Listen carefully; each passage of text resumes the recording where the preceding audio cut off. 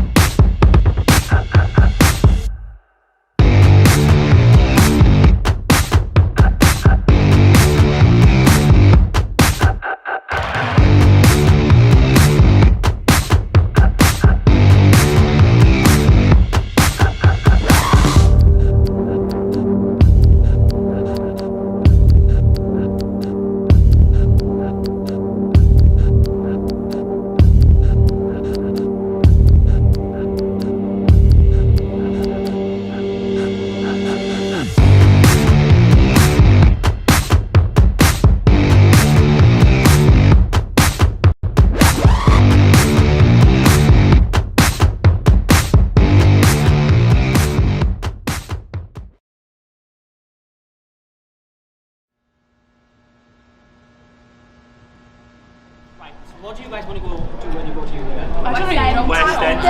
I want to do drag. Teacher. Yeah. But high school or primary school? High school. High school. High school. Oh, but you're saying kids are so chopped. Yeah, but that's Someone woke up on the wrong side of the bed this morning. Shut up. Yeah, but to be fair, when I grow up, I want to have kids, I want to have a Well, don't be boring. Set in stone. Yeah, because I like to be organised. Guys, come on. Oh, no! Why do you want me? I'm glad some of them. It's just always been normal, isn't it? Oh, you grow up and have Oh my god, it might be blown for you, but for someone like me that's a faggot, it's no exactly as he was there. It's been tradition. Oh, Lou, that's out of order. You can't say that. It's always the same shit, guys, aren't you bored? Here we go. What do you mean, love? We have a choice. It's always the same. You get a job, have kids, get married, Yeah, right. and then next thing you know, you're dead. Charming, absolutely charming. Let's talk about destiny. You went through the life, the same boring lifestyle as everyone else on the planet, right on? I do love it. Guys, so what do you need to be alone in life? Shut it down. Just because I don't want to be married doesn't mean I'm going to be on my own. Whatever, I'm just going to go and get something to eat. So, Alright.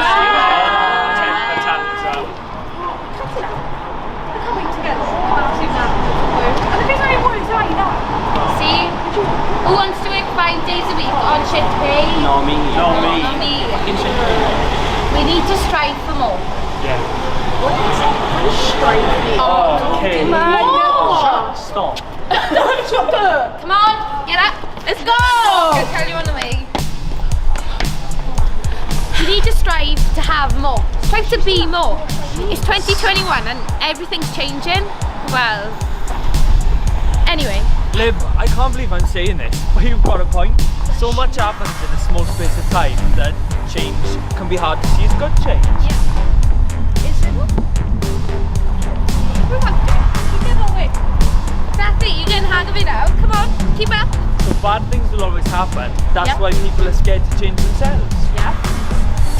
And you know what?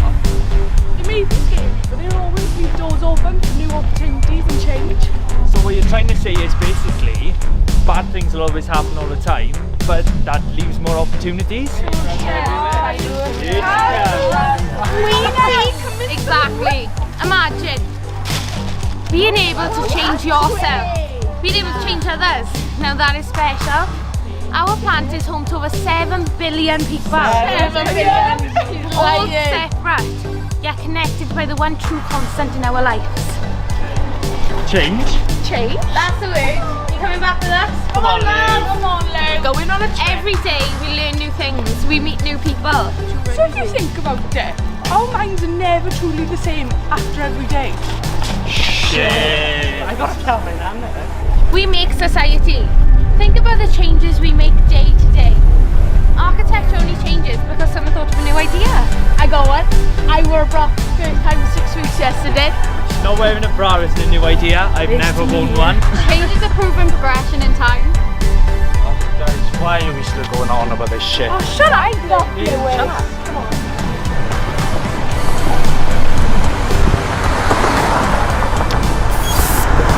Calm down. At this temper.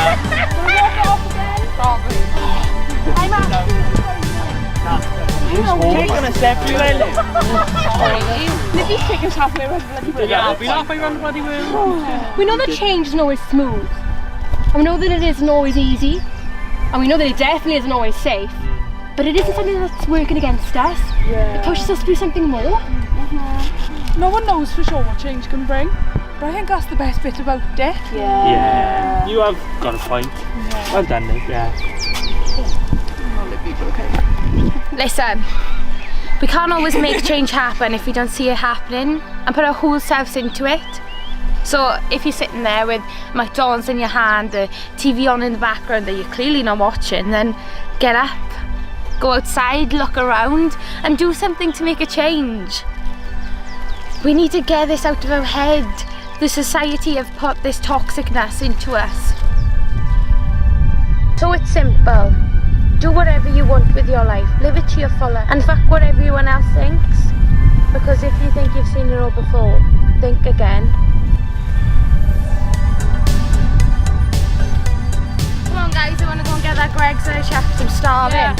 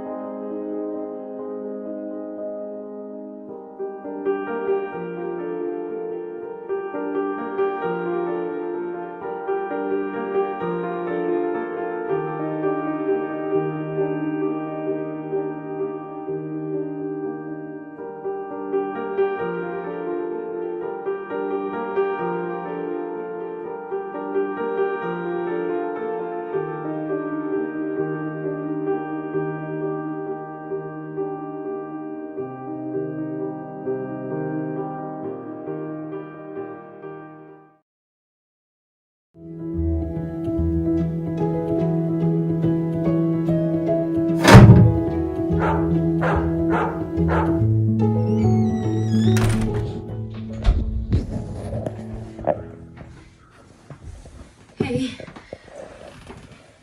So thank you for meeting me, and I'm sorry to get you out of bed at 3 a.m, but I had to tell you. I just got in through the back window downstairs. You left it open again, as always. And no, this isn't a spontaneous booty calls. Also, please don't phone please on me. Because I know I come in uninvited and not necessarily welcome, but... Are you okay? I'm sorry, that's a really weird question for your ex-girlfriend to ask after she's just broken into your house. Well, not broken in, just entered through a different means. That's not an admission of guilt.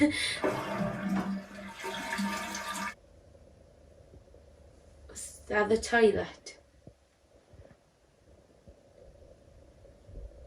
Okay, so your ex-girlfriend who has just broken into your house while your current girlfriend, who we can assume, is in the bathroom and probably about to kick my ass, and I got little to no fighting skills.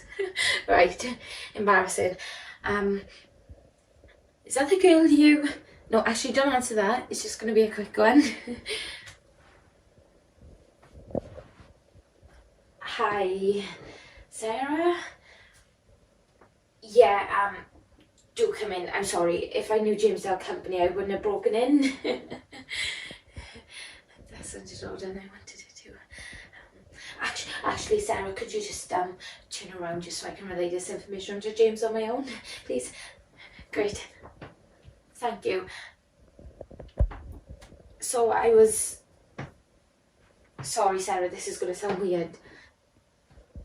But James, last time we spoke, you said this year's just been so shit for you and you were working through it with friends and therapy and you just weren't ready to commit to our relationship.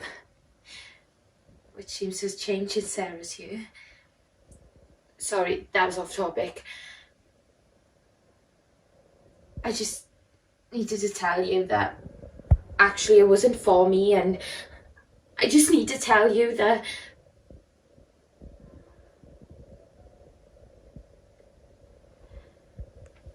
during the horrendous bushfires that spread through Australia, remember those videos we watched of those people and those animals and their homes and the koala with the burns? Well, I was thinking about you. I mean the koala. And I did some research and it turns out that in Victoria, Australia, they have a Victoria, like Queen Victoria, because we sent our convicts off in January the 26th, 1780 something, was it? Yeah, well, that actually doesn't matter. You're clearly in a rush. The koala population, well, is actually undisturbed, and that's all I wanted to tell you. That's all I wanted to tell you. Nothing else. And actually, since 2006, this year is actually the best year for koala births, so positive news. I mean, and I adopted one. I called it James because I remembered how much you loved koalas. And they gave me this pack and this teddy.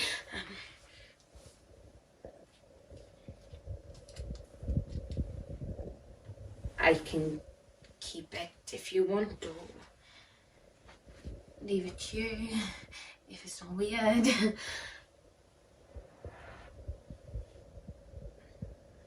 I thought you'd like the teddy. I didn't come here to do some big gesture, God. No, that would be embarrassing. Seems as lovely Sarah's here, half naked, using your aftershave, wearing that t-shirt I bought you with the fish on it. God, that would be humiliating. Sarah, you can turn around now, yeah. Yeah. Could you open the door for me, please, so I don't have to climb through the window?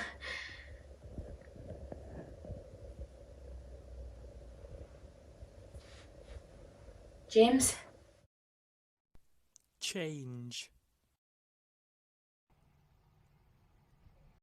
We are sorry. We are sorry. Sorry. We are. We can't show our faces. We're not the same.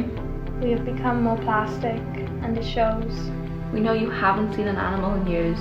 You don't even know what they look like, and you're weak without them. It's the same with trees, fruit, grass, and the natural colours the world used to provide to us. It's a life that has crashed into a million pieces of plastic.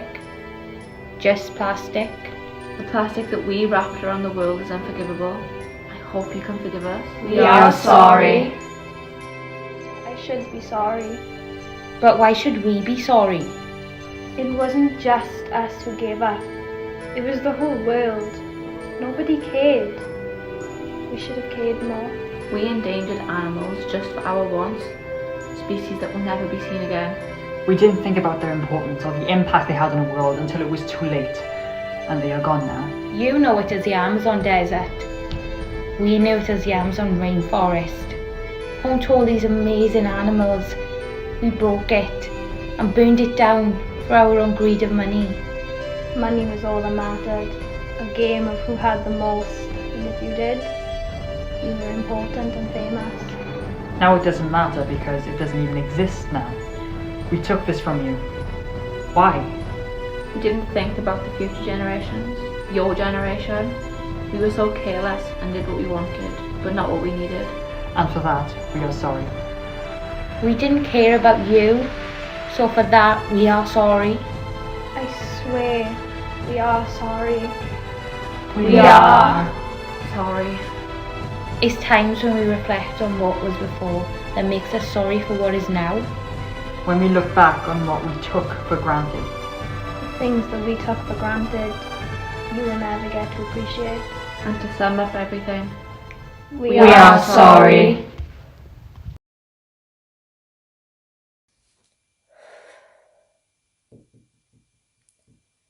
How did it start?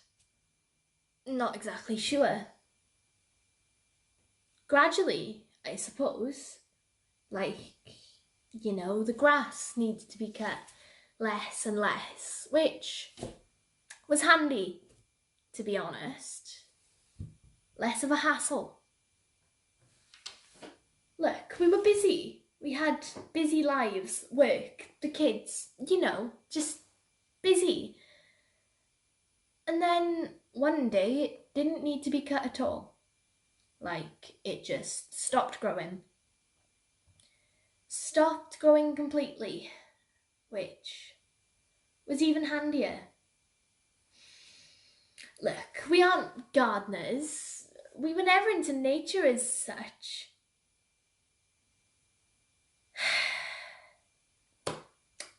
The grass just stopped growing and then it turned into, I don't really know how you describe it. Dirt. Yeah. Dirt. It just turned into dirt. Sure, we heard the warnings. Who didn't? They were everywhere. The TV, the radio, social media. We got fed up listening to them. Night, noon and morning. I don't really remember what happened to the seeds and the bulbs either. They came with the rules apparently, so we must have received them. But, you know, stuff came in the door all the time then. You'd pick it up, shove it in a drawer or put it in the recycling. We did do the recycling. Like I said, I can't really remember exactly what happened to them. I'm just supposing. Like, I'm trying to be honest here. We were aware of the rules. Like the warnings, they were all over the place. You couldn't even switch anything on or even look at your phone without seeing them flash up. And we followed them. Well, sort of. Kind of. No, not really, I suppose. To be honest. Well, not strictly. That's what I mean, not strictly. Look, we aren't farmers. We were never into nature as such. Like I said, it was just a pile of dirt to us, out the back. More an eyesore than anything else. A place for the kids to play when they were young, or somewhere to have an old barbecue when the weather was good. I know now that it was soil. Yeah, and you need soil to grow things in. Soil to grow food in, I mean. Food to eat. Food to keep us alive. They did the tests. The scientific tests that determine when the neglect started. Because that's what the seeds were for. To bring the soil back to life again. But we didn't know that then. I know I said I listened to the warnings and that we knew the rules, but in a broad brush kind of way. Not in detail. We didn't know the detail. We're waiting for the determination. Have no idea when that'll be.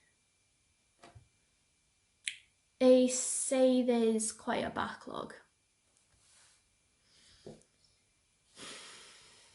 Until then, there's the pouches. One for breakfast, one for lunch, dinner, and a snack. For each member of the household, delivered weekly.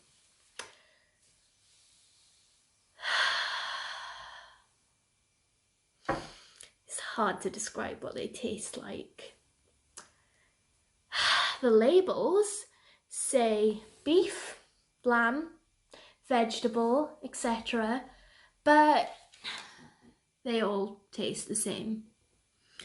Even the snack one. The kids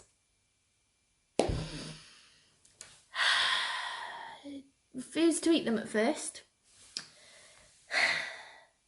Wanted all the shit they were used to eating. Cried to be taken to the shop. But it took a while for it to sink in that there were no shops anymore. Would never be any shops anymore. There's no liquids either.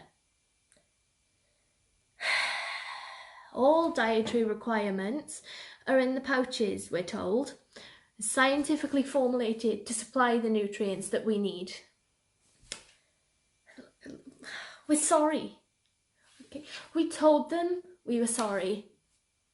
We asked them to make a note of it in the report for the determination.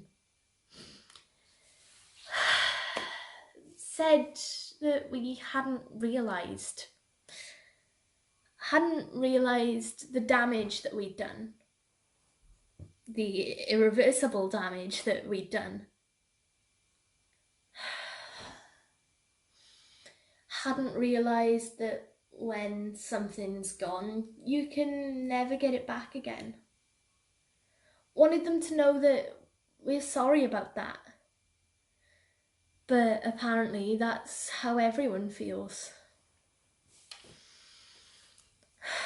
Everyone's sorry now.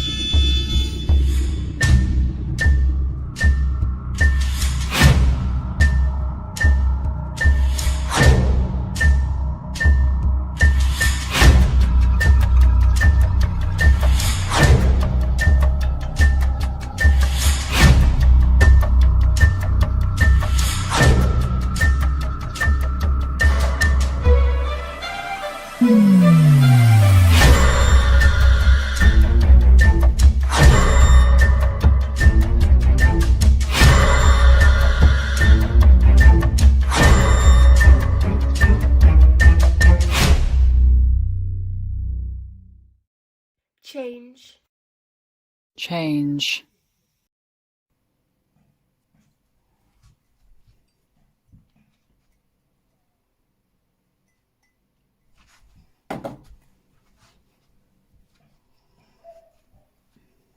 Okay. All right. You were reading my diary. From now on, you are reading my diary. I mean, who does that? Pervs? No, sorry, I was joking. It was a joke. I just thought I had to say it so you don't take this lightly. But it's not important either. But it is, I guess, to me. It's important to me. And these days I find it a bit hard to find something that's important to me. But just me, I mean. Unimportant to the rest of the world. Something of my own. Something you can talk to people about. And frankly, I think I'm kind of forgetting how to talk to people. Especially since she left.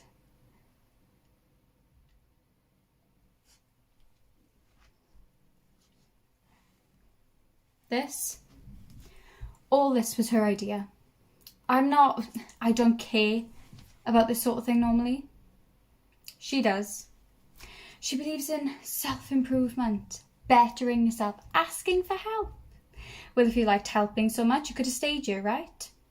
That would have been mighty helpful. See, there's no one here.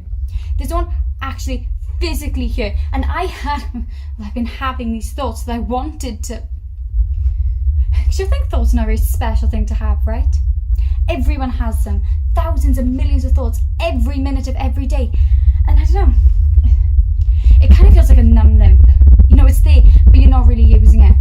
And I don't know, if you're not using it, does that mean you're going to lose the ability of using it altogether? And you're going to have it hanging around your neck like this dead, rotten thing. And it'll just be the painful reminder that once you could walk, or you could run, or you could punch, and you will hate it. You will hate what it stands for. And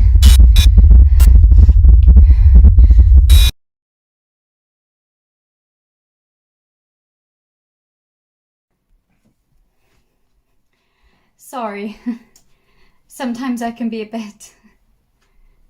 And this leads me to this, and it makes it kind of hard for people to stick around.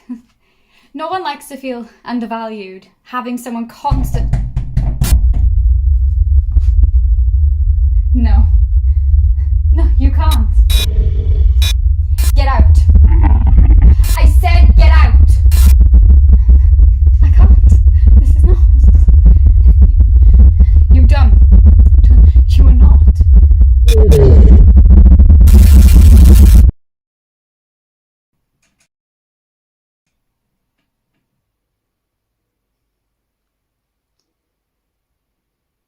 When I was a child, I thought I knew there was a monster living in my washing machine.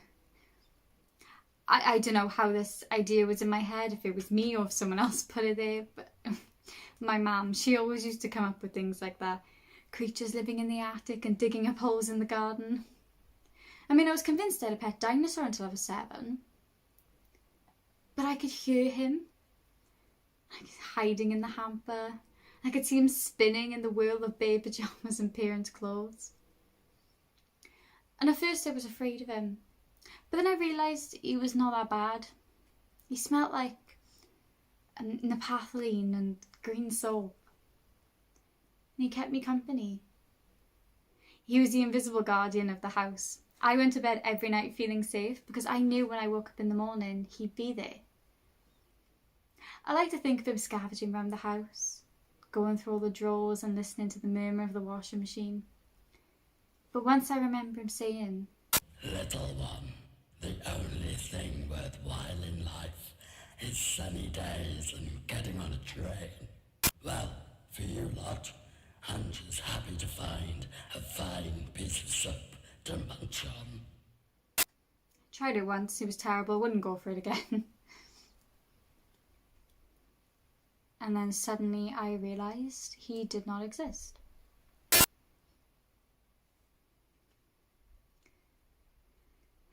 Poor thing, it took the blame for everything. Mary Poppins, Santa Claus, my pet dinosaur. But everything had lost its meaning. The washing machine was just for cleaning clothes, and drawers were just for socks. I was devastated. For him, mainly. I mean, he'd lived so many years comfortably, and I was kicking him out. Where would he go? What would he do? I created him, and now I was shouting at him, "You don't exist!" What would I do? What would I be afraid of? Houses are terrifying without monsters. The anticipation of someone watching you. When you close the wardrobe door, the reassuring fear that there's someone there. It leaves a mark on you, you know. An awful feeling that the world is hollow.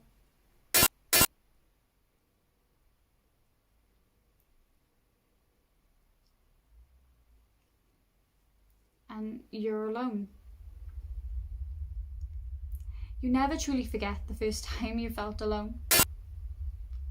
It just stays there for reference. Come on, it's not that bad. Even if it is. Even if you don't believe in them anymore. They still return to keep you company.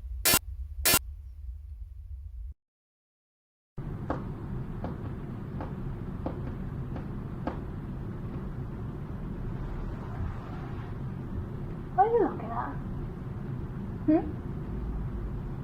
Staring at me like those bars will protect you? They won't, you know. Come a little closer and I'll show you. Smart move. I've ripped apart bigger and stronger than any of you. Oh. Did you not know that? You didn't, did you? You think you're so tough with your trunk darts and your stun guns. You know it took 3 to put me under, right? That's right. 3. Oh, and even then, I managed to mess up 2 of you. Pretty badly. Oh. You didn't know that, did you? I can see it in your eyes. Not a brave face, but I can see your pale little hands shaking. You thought you were just gonna stand there? Stand there at a reach and study me like some animal in a cage? You get pal. I'm not gonna dance for your amusement.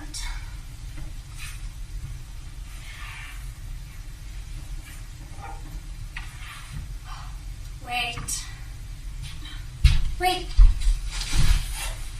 Don't go. I'm sorry. I mean, I still think you're an ugly mess. Who would look better with a few scratches on their face, but, well, talking to you is better than being trapped in here, alone.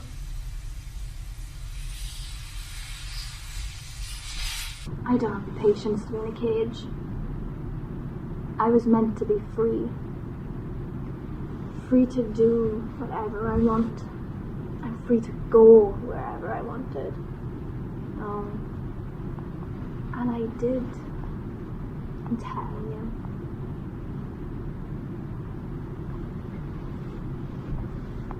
What's your name? Oh, doesn't remember. Doesn't matter. I remember it anyway.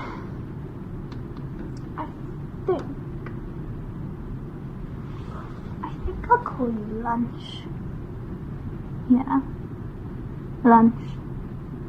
That's a good name. Well, Lunch, do you know what freedom is? I mean, really. No bars, no rules, just you and the trees. Nothing really worth mentioning. I bet that's why you're all so uptight.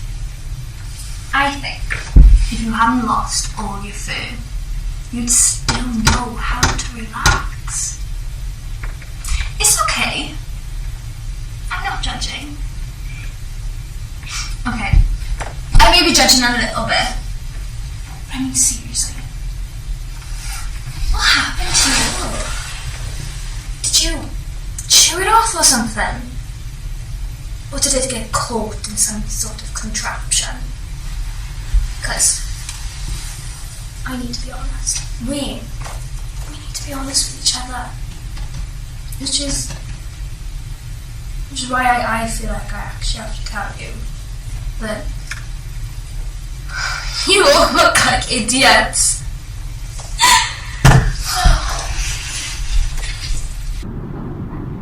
You're an embarrassment to the whole animal kingdom.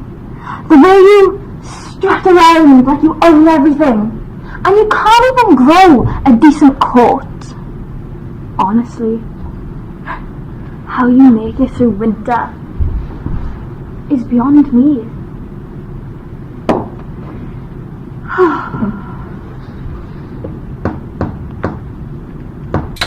Wait, don't go. I didn't mean to make you feel bad. The truth is, I feel bad for myself. I know what I do is wrong, and I know it's stealing, but I just can't help myself. You leave all this great stuff out and expect nobody to take it. I mean, what is wrong with you? If you don't want anyone to go through it, bury it like a normal person.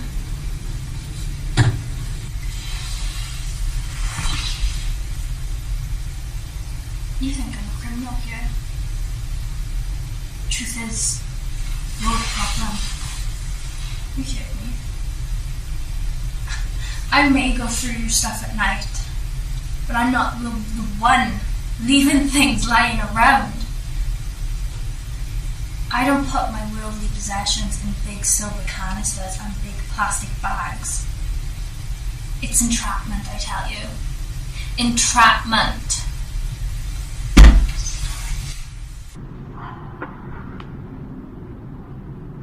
What? Why are you looking at me like that? Oh, my eyes. Wondering what it is? God, you're so stupid.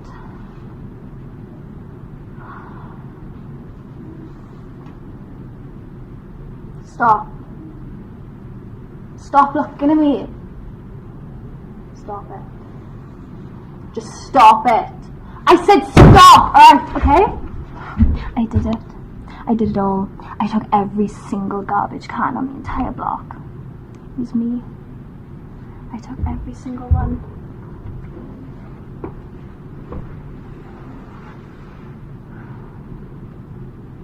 But it wasn't just for me. It was for my family.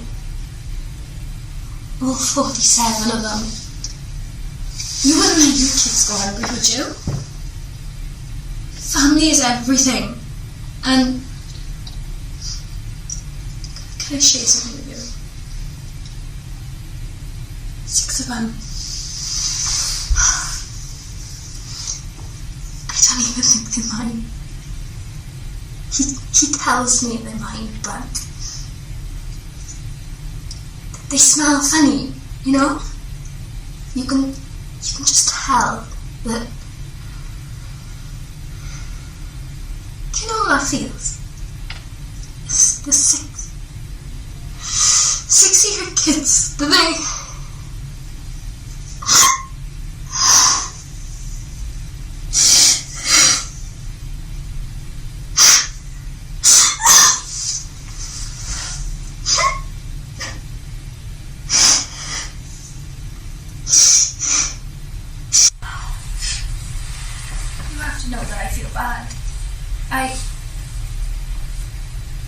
let my stomach get the best of me.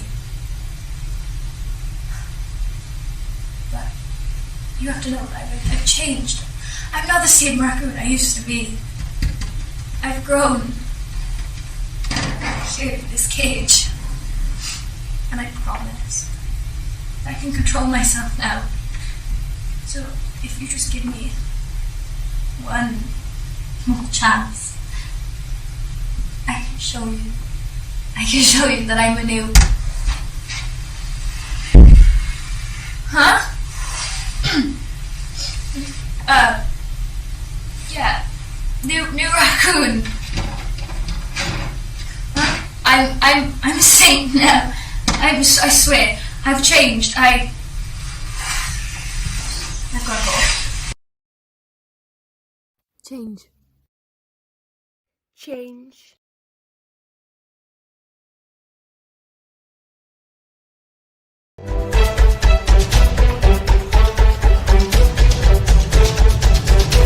Hello everybody, I'm your faithful host, and today this is Past Reflections. Right now on our show we have a brand new singer-songwriter. It's the lovable TJ!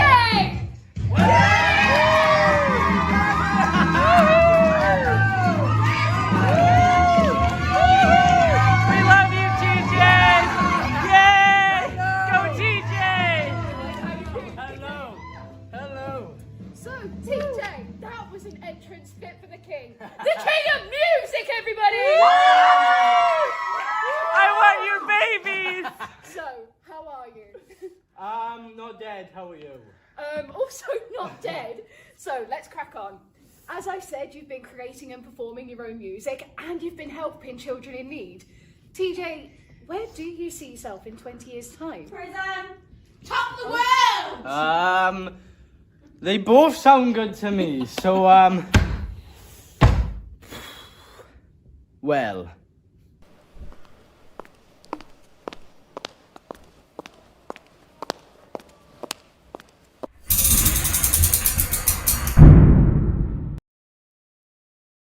So TJ, you called? Yeah, well, I was thinking of you and I thought, why not ask you in, innit?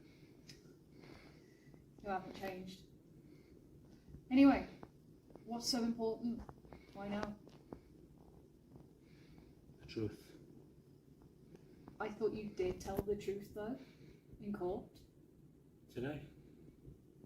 Well, the truth is... With my mother, yeah, she was what got me into music. She's my inspiration, really. Aww. Yeah. Bless him. She's my rock, yeah. Do you think your music will always be inspired by your mother? Or, do you think you're going to have to change your vibe? No, not really. She got me into music and creating it, so I think she'd be a big part of it if there's a future there for me. So yeah, anything I do it for. My mother passed and, well, I've never really been the smartest out of my bunch, and before you start yapping, you gob. What I'm trying to say is, what I did it for her. Oh. I'm sorry to hear that. Tell me about your present. What's life like for you now, TJ? You written any new songs? Everybody loved the kind, hard-working artist you are. Were. You had this fire in you.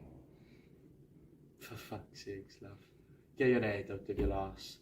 I'm in prison. Does it look like... I've just been writing songs, actually, with some of the kids down at Prince Charles Hospital. I'm paid to write them. They're a fab bunch. I sort of feel honoured, if I'm being honest, to have been asked to do this, because I know I'm young and new to all this. So yeah, it's just been amazing, an amazing experience so far. So yeah, it's brilliant. Handsome and humble, everybody! Woo! Seriously though, TJ, how are you coping?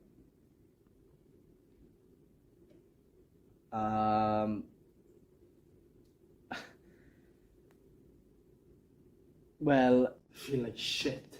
How would you feel if your mother passed and you couldn't even go to a fucking funeral? Endless days of blaming myself.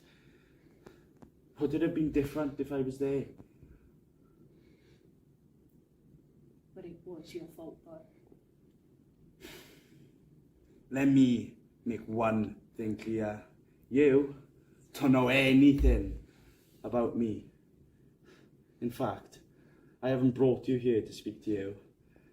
I just wanted to say to the world that I'm sorry. I'm sorry I didn't do worse. I've been in a really fortunate place recently, you know. My music has totally took off, so again, thank you everybody.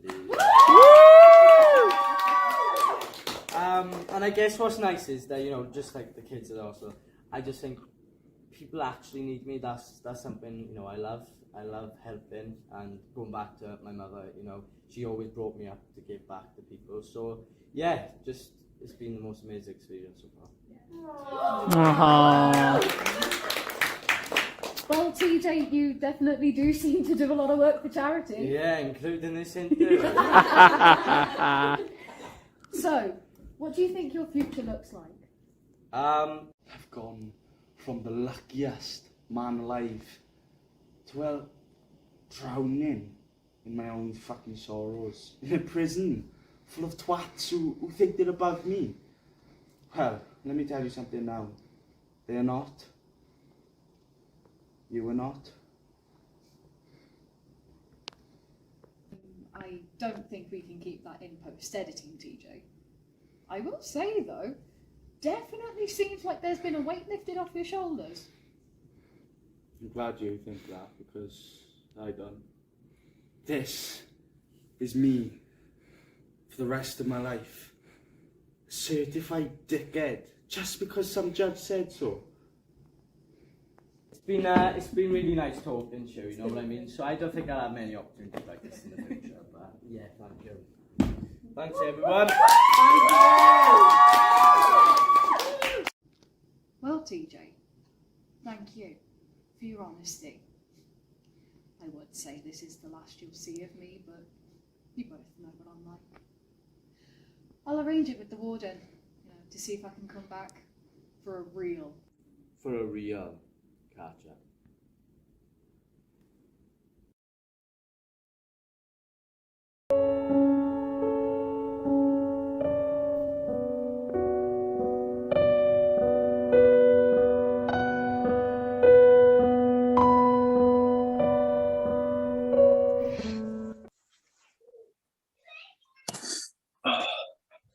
Alright. Hiya, Francis. You okay? Oh, yeah, I'm alright, yeah. That's good. So, you asked to meet today, and yeah, so why don't we just get things rolling? So, take it away. Okay, yeah, well, my name is Fra, and I'm an alcoholic. Cheers for this. I'm usually over at the Lady of Margham's and right, but I needed a meeting today. And this was the first place that popped up on Google, so yeah.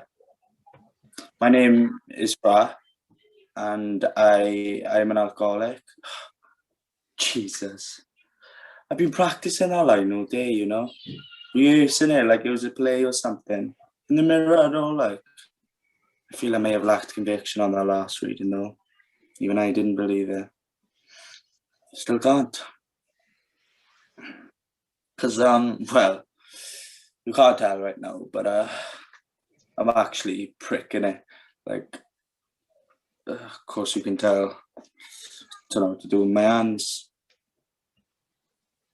Here, look at that, mate. Bit my fingernail right down to the fucking nub bit.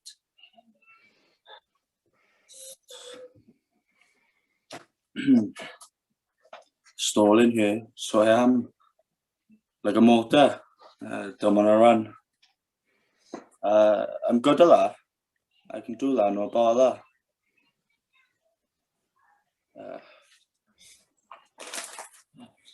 Shit. Forgot to have these on me. I'll quote this. Yeah, mate. Fancy a peanut? Suit yourself then. You're allergic or? No. Oh. Fran, why have you asked to meet? What do you need, Fran? Do you need to get something off your chest, perhaps? Yeah. Look, I'd love to be able to accept my badge, which I always do, by the way, Thursday. But I fucked it. 8 months down the shitter. 8 months of this. These feelings. Long fucking self-indulgent circle jerks. Sit, stand, holding hands. Say a prayer. Spill your guts. Get looked at and poked at like a fucking caged chimp. Cups of tea, pancakes, which I never appreciated, by the way. You know, the little prayer we do at the start of every session. Really winds me up, you know. Just rubs me up the wrong way. I think I've issues with the sentiment, to be honest. Well, that's me done. What do you mean, Fran? 3 strikes. There's strike 1 with the main man himself. Oh, God and Heavenly Father. Our all-loving, all-knowing, big old sugar daddy in the sky. Why him?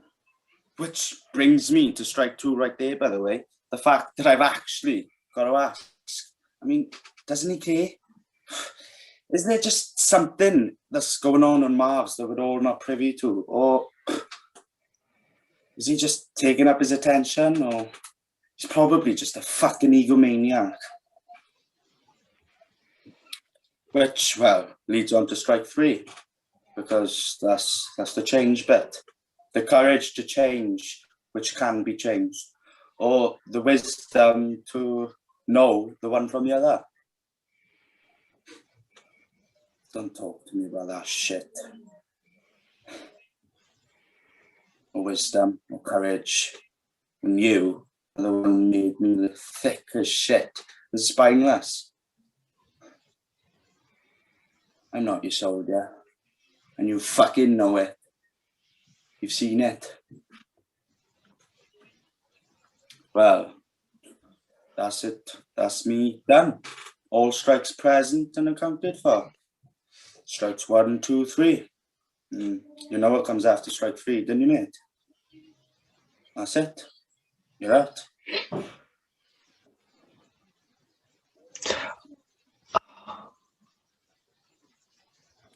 So, you're probably wondering what I'm just getting to. Right. Tuesday. The night I was supposed to celebrate 8 months sobriety. I drank so much whiskey that my vomit was basically black. And yet, I'm still here, still alive. So I failed at whatever it was I was trying to do. But I know sooner or later, I'm going to try and do it again. God forgive me. I can change that.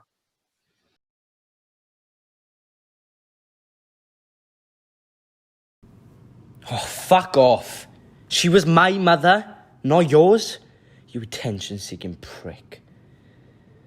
Oh, I know language. But you don't fucking like him anyway. It's tearing him up. Bullshit. When was the last time they fucking saw you? What? You got a problem? Yeah, didn't think so. So just turn around and fuck off.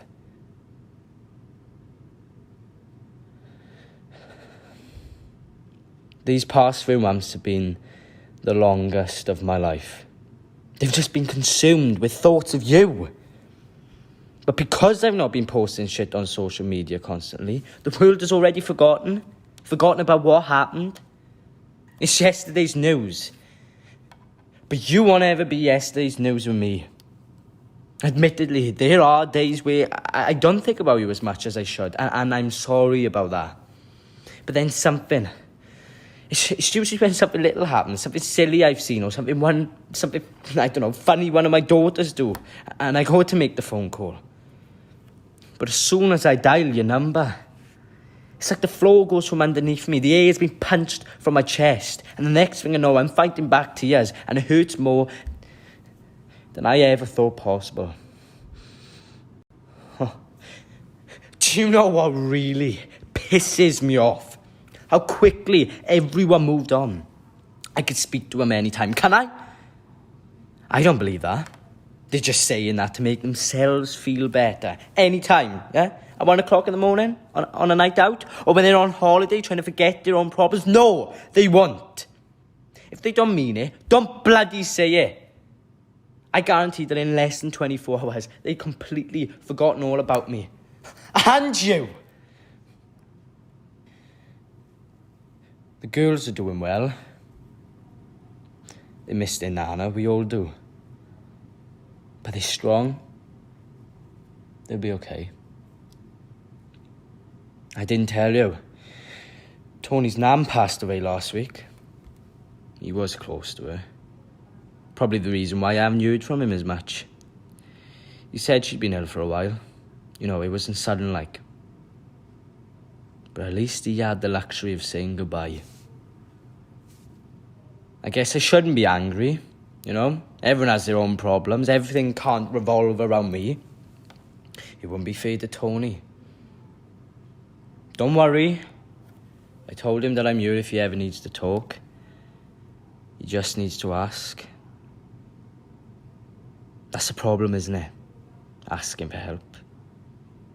I've not done that. I've tried to carry on as normal. I can't be this angry person anymore. It's not me. It's not who you raised. I remember when you taught me how to be kind, caring, finding the good in people, giving them the benefit of the doubt. Try and find the positives. Try and find the positives in every situation.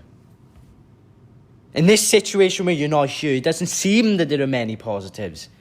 I'm positive that I miss you more than you will ever know. But I'm also positive that you will always be with me, making sure I do the right thing. What is the right thing, I hear you asking? Focusing on making that future for my family as bright and as big as possible. Because that's what you did for me. For us. It's funny, you know, even though you're not here, you're still teaching me things. I think it's time to ask for help. It's time to stop being afraid. Stop being angry. Oh, it's Tony. I think help will have to wait.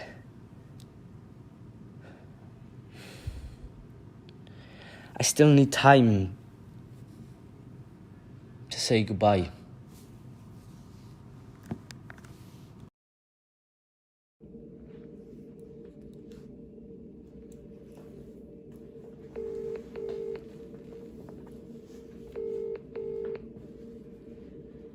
Welcome to the Tesco mobile voicemail service.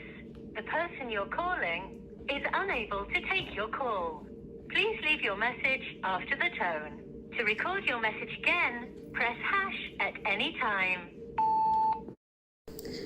How's life? I mean, hi, hey, how are you? I'm eating an ice cream, the usual.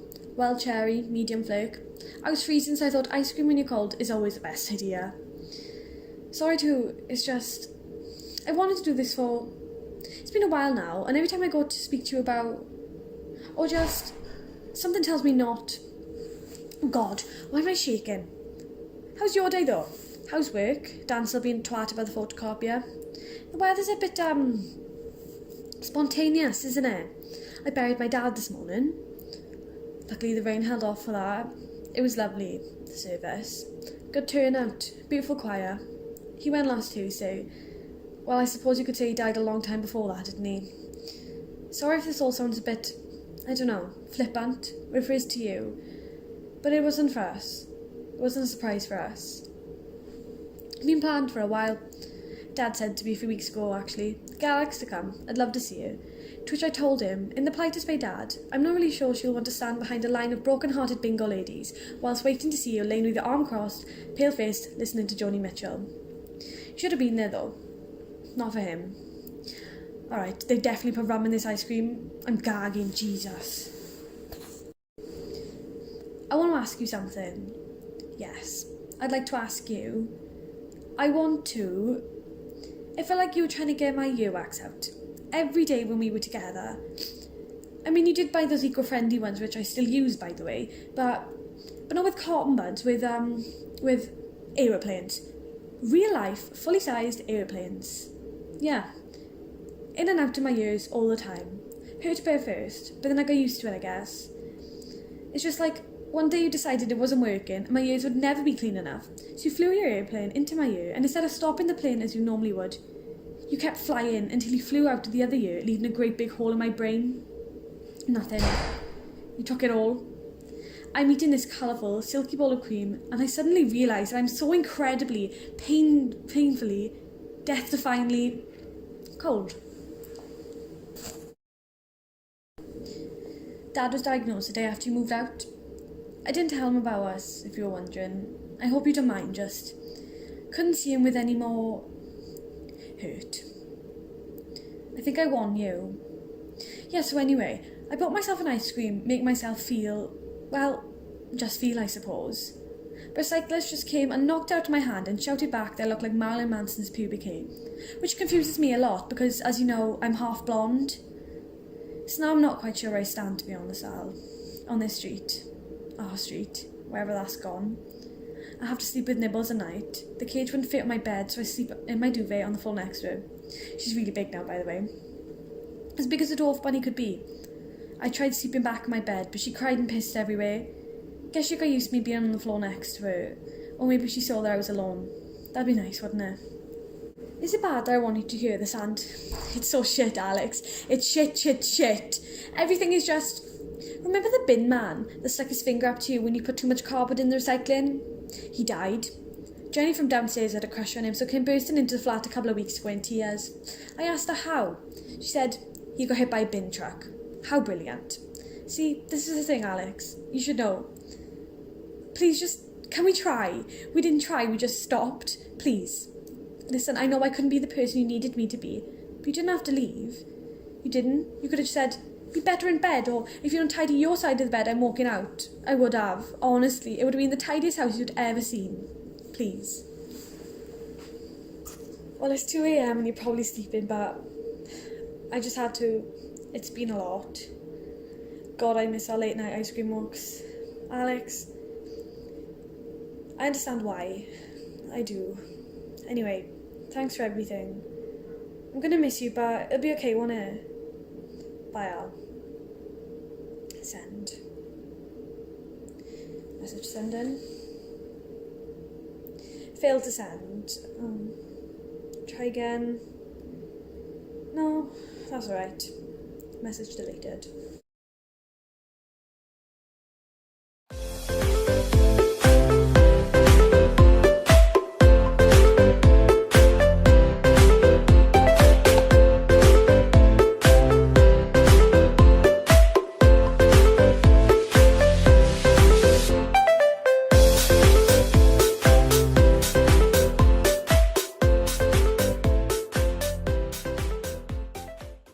So, where are we even going? Fancy a picture and spoons? Oh, spoons just for a picture? Come on, I fancy more of a quiet like thing, like, Parkville or something. No, spoons are good. See, Abby agrees with me. But, even after what happened last time? We don't talk about last time. I mean, what about college? You've got that essay tomorrow. He's got a good point. I don't give a shit about the essay. Yeah, why is the essay so important? Guys, come on. And like you two. I mean, me and Molly actually care about our grades. Like, I do get that it's a bit fun, right? But this essay is actually important, and I do kind of actually care about my future. Yeah. I care about my future! Oh, come on!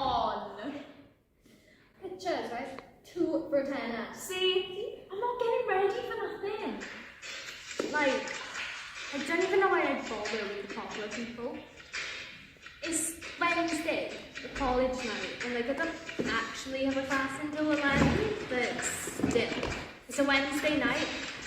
And I'll try to be funny, right? But who goes clubbing on a Wednesday night? Come on, we don't want to go. We've been planning this for ages, and Mom and I snuck out, right? And I'm ready. Can't we understand that? For goodness sake, like. So, we're going out and I'm just not excited, like, especially with everything that happened last time. It's just not worth it. I mean, it's alright for Sam and Abby. They'll just turn up and hope for the best. But unlike them, I actually care about my future and I want to do something, anything, other than drinking. Change.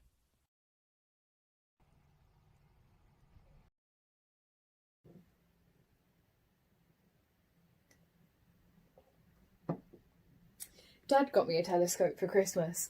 When I was 8, I was really good at science in school. Like, really good. For an 8-year-old. We'd leave Mum sleeping on the sofa, drive out into the countryside, stay up way past my bedtime, and we'd look for constellations and the North Star.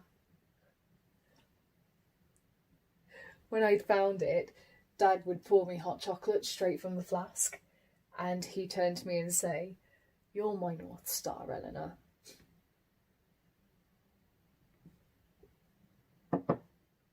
My baby sister Darcy was born when I was 11. She came into this world screaming with all her little lungs could give. Trust me, I know, I was there, sat in the corner of the maternity ward just trying to take care of my Tamagotchi, until Mum came around and she said I needed to meet my sister, spend time with her. By the time we took her home, my Tamagotchi had died. See, that's the thing about the North Star. There's only one. Maybe I'd have had less fun in high school if my parents weren't so sleep deprived by my sister's temper tantrums. I found it really hard to fit in, actually, at first. It was a different high school than my friends went to. We'd moved, not far, but you know, it affects things like that, because we needed the extra bedroom. Everyone at school was, I don't know, I was just the quiet kid who was into science. No one, made fun of me or anything, but no one really knew I existed either. And I was already so tired of that. So I learnt how to straighten my hair. I fried my split ends every morning, and I rolled up the waistband of my skirt, and I sat there silently while the physics teacher went on about light years. And then for the next 5 years, I spent my time going to boys' houses or parties, anywhere that I could get attention. Well, my grades got worse and worse. I'd failed the January mocks right before my GCSEs, and I got grounded for the whole Easter break. I think it was just so my parents didn't have to pay for a babysitter whilst Darcy was off school too. Only school shut after that, and so I was at home for a lot longer than we all thought.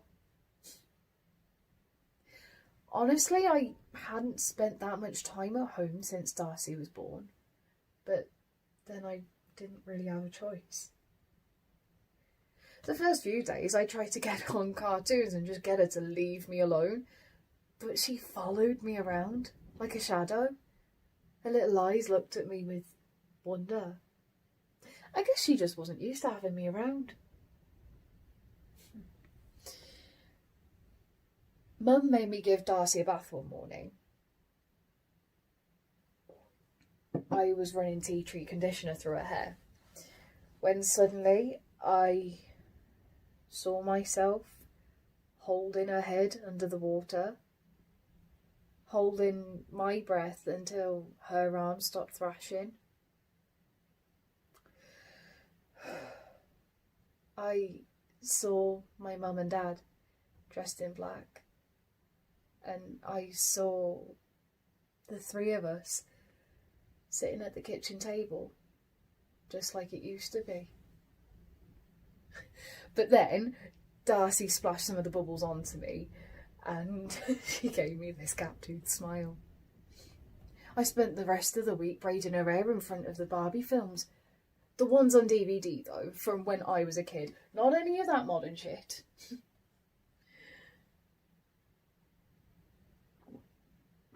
She'd ask me questions all about big school, and I'd tell her all about my boyfriend, who we had to keep secret from Mum and Dad. She liked that, being a part of my secrets. She still does. It's so funny. We've been broken up, years now. In the evenings, past Darcy's bedtime, me and Dad watched that show, The Sky at Night. Mum even made us hot chocolate in the thermos sometimes. And I know it's lame, but, yeah. My favourite episode was on the Ursa Minor. That's what the North Star is in. But then Brian Cox talked all the way through the other constellations. And I saw my dad, and he was looking at me like... And I could tell what he was thinking. There's more than one star in the sky. I mean, that's why we go stargazing, isn't it? I've had loads of time at home recently. I mean, we all have, but, it's been like that first week, only longer. It's been nice, especially since I have to move away soon. Darcy always makes me tuck her in bed. She's 7 years old and a right little madam. I love her. She loves it when I sing for her, especially Twinkle Twinkle Little Star.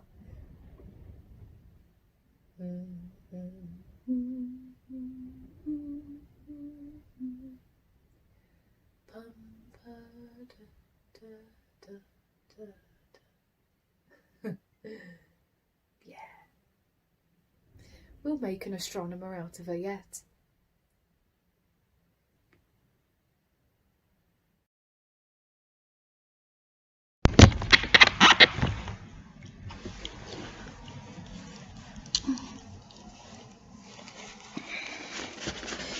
Okay, let's do this. Let's record this. Hi. First of all, I want to thank you for this opportunity to record my application for this position and send it to you by email. I know that this is the new normal procedure for all of the job interviews in your organisation. But anyway, I appreciate this opportunity to talk a little about myself and my thoughts. Can I borrow the pen? I've been a huge fan of your work since I was a little boy in my hometown, and to be this close to have an opportunity to work with you, it just makes my heart full of joy. Joy, that's one thing we must consider in our new times, in the new normal. Well, during the coronavirus pandemic, they told us to stay safe, stay healthy, and stay home.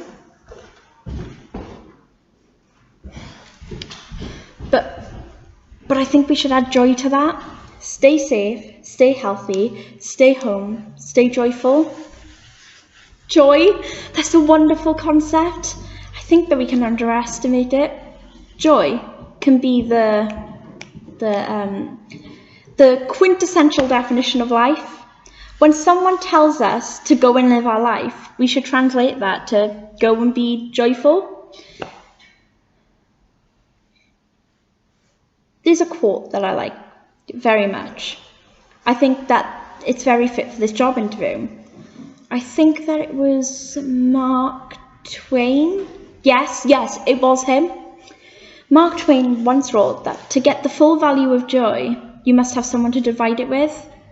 So to be joyful isn't only to live, but to live with others. That's it. I think that this job opportunity is for me to be with others, to spread joy, to work, to cooperate, to be part of a team. That's great. That's what I want for my life after COVID-19, for my life in the new normal. To work in your organisation is a groundbreaking opportunity for me to be myself. No, please don't misunderstand me. I like to work. I work hard. I like my current office work, but your organisation is just something more, one more step up in the road to joy. So, that's why I want this job, this new career. I tried it before and I know that it went wrong, but I don't know. I think that I can get this opportunity and make it work. My new career. I hope that we can do a Zoom meeting soon so that we can discuss a little more about my life, my goals and my thoughts. Yeah, that's right. You will see that I am the right person to be your mascot, Beethoven the Beaver, cheering on the sideline in your football games. Yeah, that's right. Anyway, thank you very much. All the best. That's it. I did it.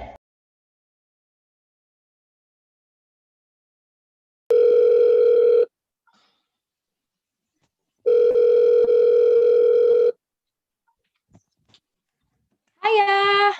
Hello, you okay? Yeah, you alright? Yeah, I'm good. Good. Is Tommy coming? I think he'll be here in a minute now. Oh, good. I'm not sure. Hiya. Hiya! You Hello. okay? Yeah, not bad. How about you?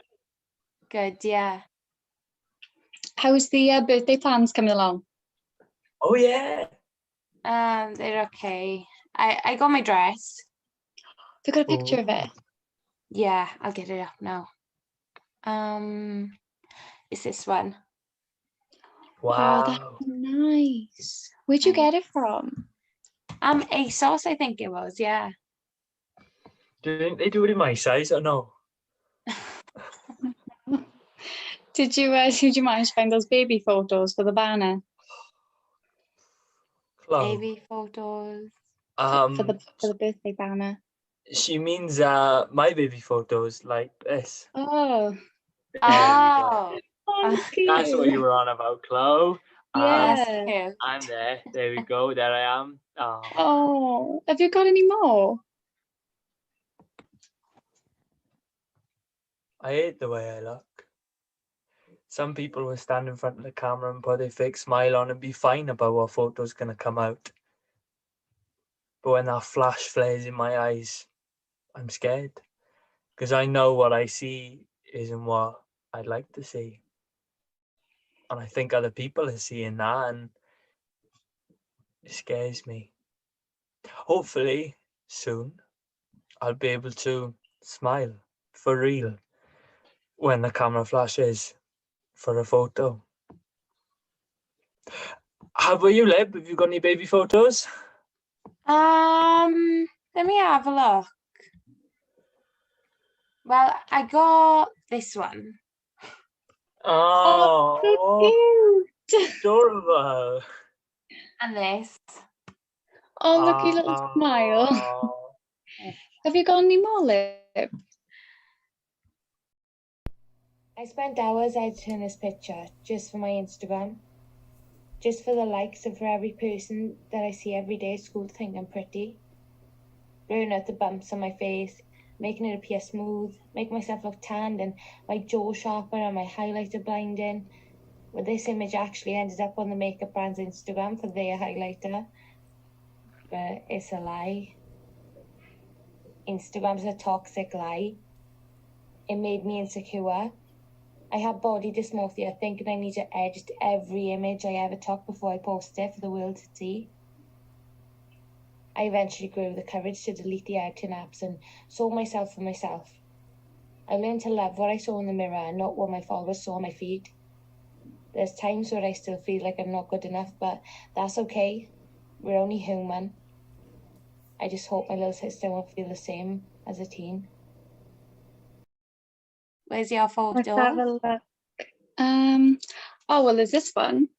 Oh my god, that face is horrible. And then this one. Oh, you're so cute.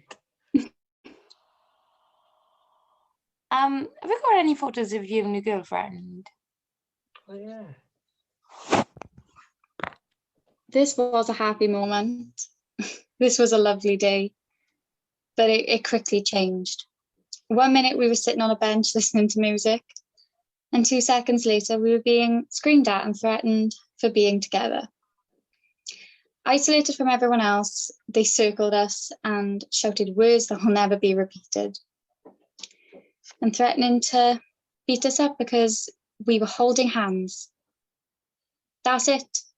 We were just holding hands. Did it hurt? Of course it hurts when someone tells you you were wrong for the way you were born.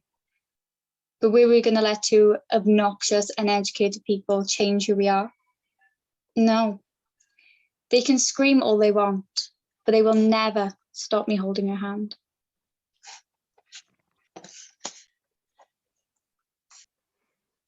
Guys, do you think we've changed?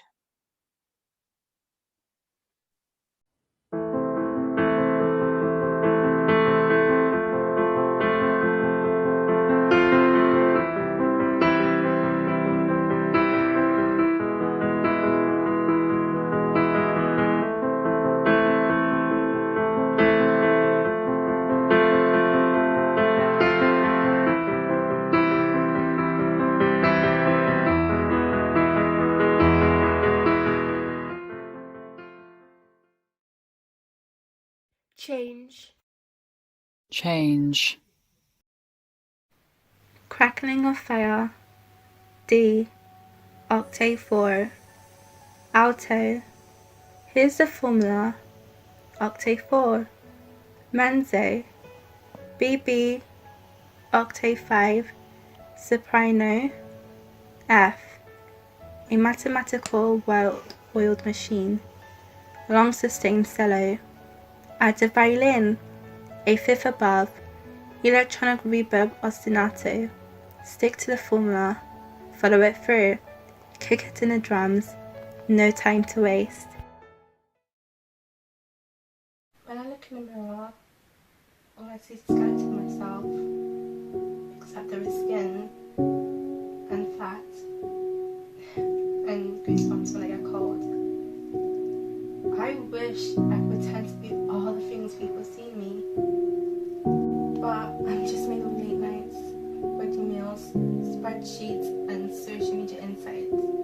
My individuality and creativity are shutting down. I'm left burning the wick from both ends. I can't remember when or what switching off feels like. Probably before I had a phone. About a decade ago. That's a long time. It feels like chest pain in my heart. I always visualize it as one of those heart attack diagram things with the pulsing midlines, fast red palpitations. But that's normal,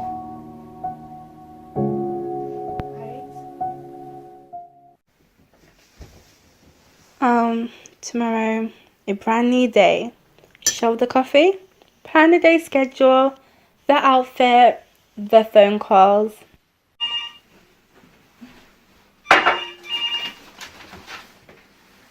Hello? Speaking? Okay, yeah, I can start that for you. I'll be with you next Thursday? Tomorrow? Of course, yeah. What was I thinking? Have a good day.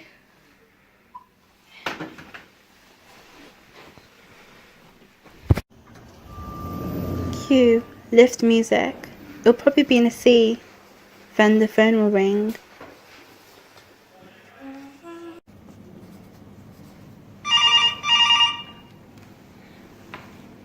Oh, Amy, how lovely is it to hear from you again? How long has it been now? 3 years. Oh wow, must be on top of my schedules then. How are the kids?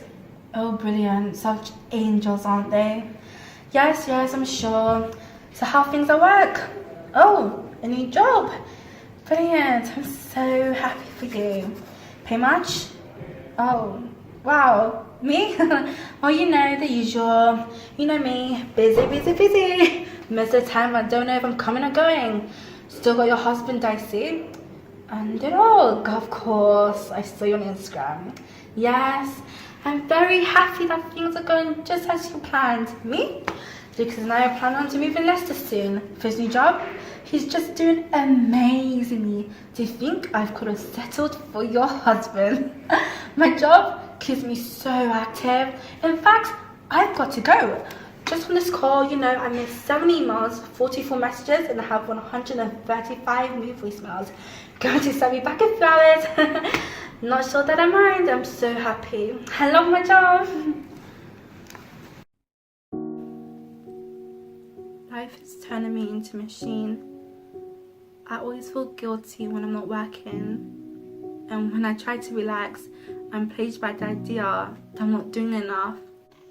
I'm constantly comparing myself to others. But that's normal, right? Never feeling like I'm good enough is the main problem here. I feel like I'm always should be doing more or better for some reason. So overworking myself is a regular occasion.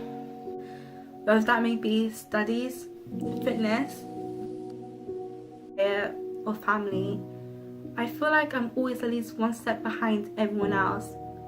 The problem is, when we become addicted, we see the world of social media as our own reality. I post stuff to make myself feel better, to get attention, and show people how great my life is, how happy I am. Even if that isn't the case, it affects my self-esteem levels, and I don't know how to stop that. Social media aids globalization.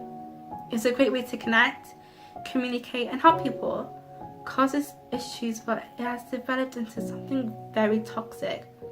Pushing the idea of perfect people, perfect lives, perfect relationships, which simply does not portray reality at all.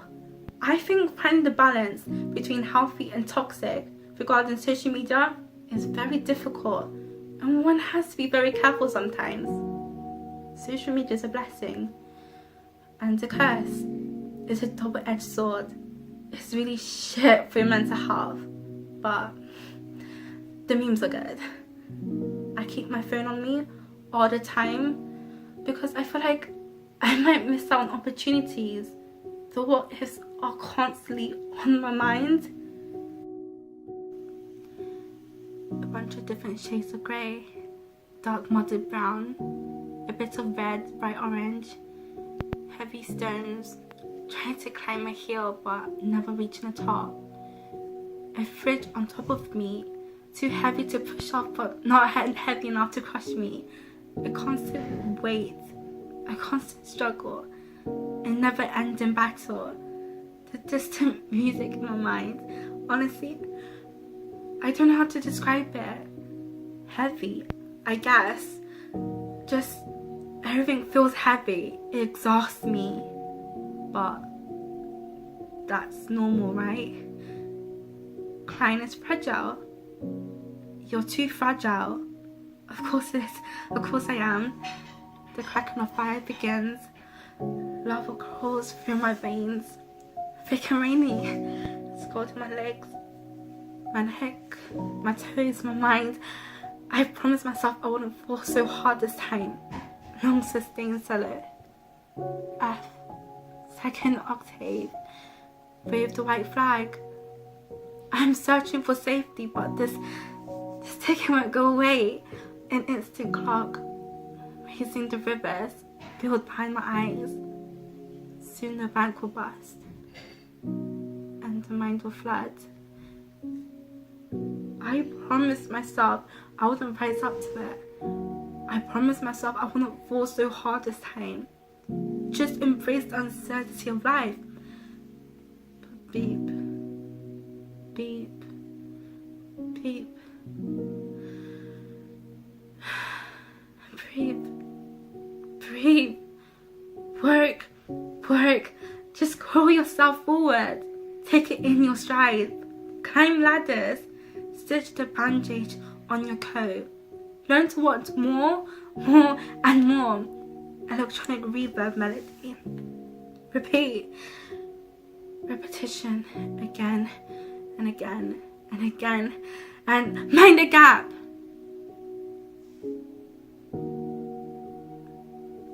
Build a bridge and carry on again and again, and just get over yourself.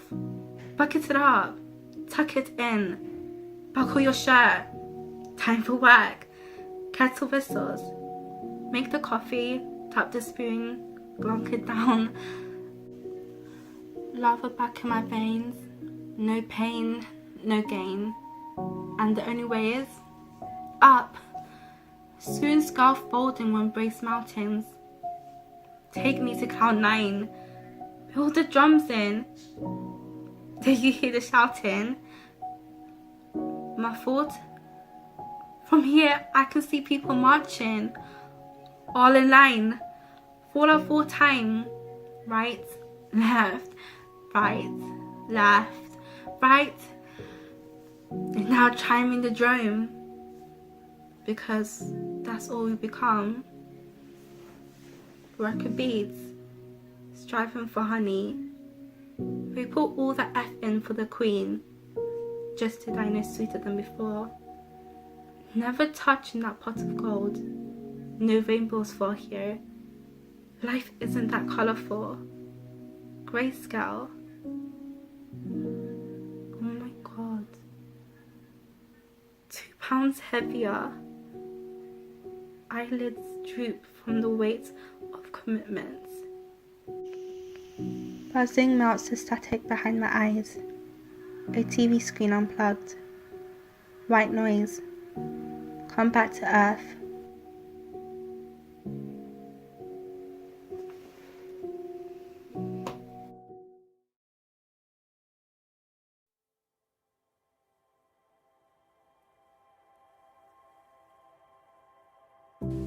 I want you to picture a garden. Any garden that comes to mind. Does it have flowers? Is there a pond? Perhaps it has a patio with a table and chairs. Whatever your garden looks like, I want you to imagine what your garden would look like through the seasons. In spring, flowers might peek through the soil and start to unfurl their petals. In the summer, the sun would shine down and cast a golden glow over the grass. Autumn would be awash with the oranges and the reds of the leaves and a fresh nip in the air. In winter, snow might fall and cover the ground in a blanket of white. The garden will inevitably change over time. There may be some days that you would like to sit out and enjoy the sunshine, whereas there might be other days when the sky is full of rain clouds. You could add a bench onto the grass or hang fairy lights along the wall. Your garden might also grow neglected over time.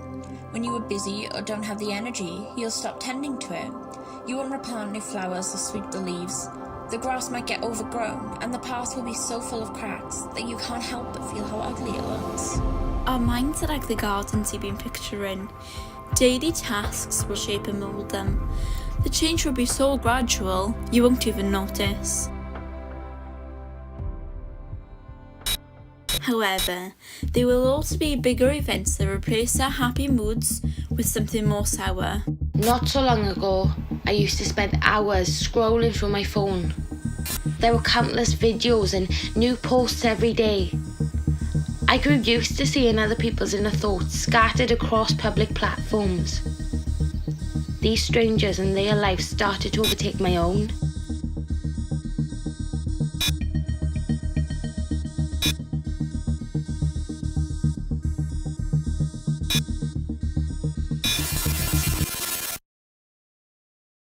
Perfect photos and captions filled my feed, and suddenly I was doubting my own happiness. I subconsciously started comparing myself to others. How do I get my hair shiny like theirs?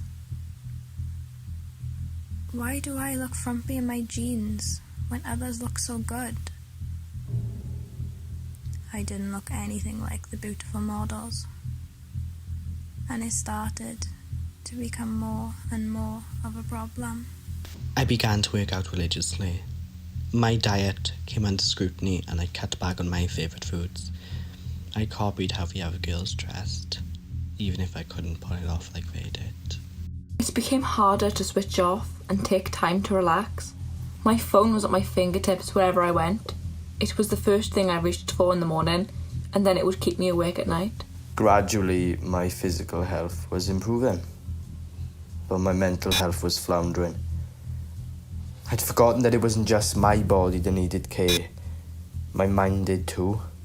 My virtual life was meant to be fun, but it was ruining my life. Everything came to a head one morning in an unexpected way. My phone broke. The screen remained black when I tried to turn it on. A sick feeling settled in my stomach and it felt like I was floating through space, completely untethered. How was I to know what was happening on all of my favourite apps? It was when my breathing began to speed up and I was on the verge of tears that I'd realised how deep I'd fallen. How would I become so attached that I couldn't function on my own? It wasn't that I used the phone in my life. The phone had become my life, and I needed to protect myself from the constant sensory overload. It wasn't healthy. Although it was hard at the beginning, I began to cut back the time I spent online. A few hours at a time, spent away from my phone and doing an activity. I still worked out, but this time, I wasn't comparing my progress to anyone else. I realised that I had to cut back the thorns and let my mind breathe. We each have our own problems to overcome. Sometimes the rain clouds might gather and block out the sun, but we need to learn how to find shelter. There's no quick fix, no way to promise lifelong mental well-being. Each season can bring change and promise. Sometimes all we need is to walk in our garden, to stop and take a moment to smell the roses.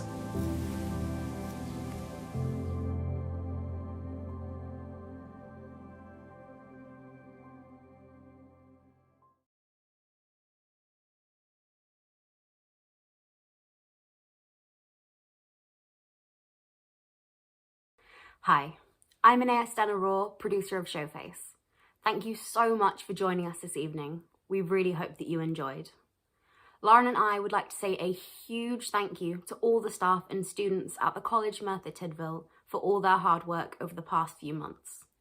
Adapting to the changing creative industries isn't easy, and every creative involved in this festival is helping to prove the resilience of our community, showing that we can survive and thrive even in the most difficult of times.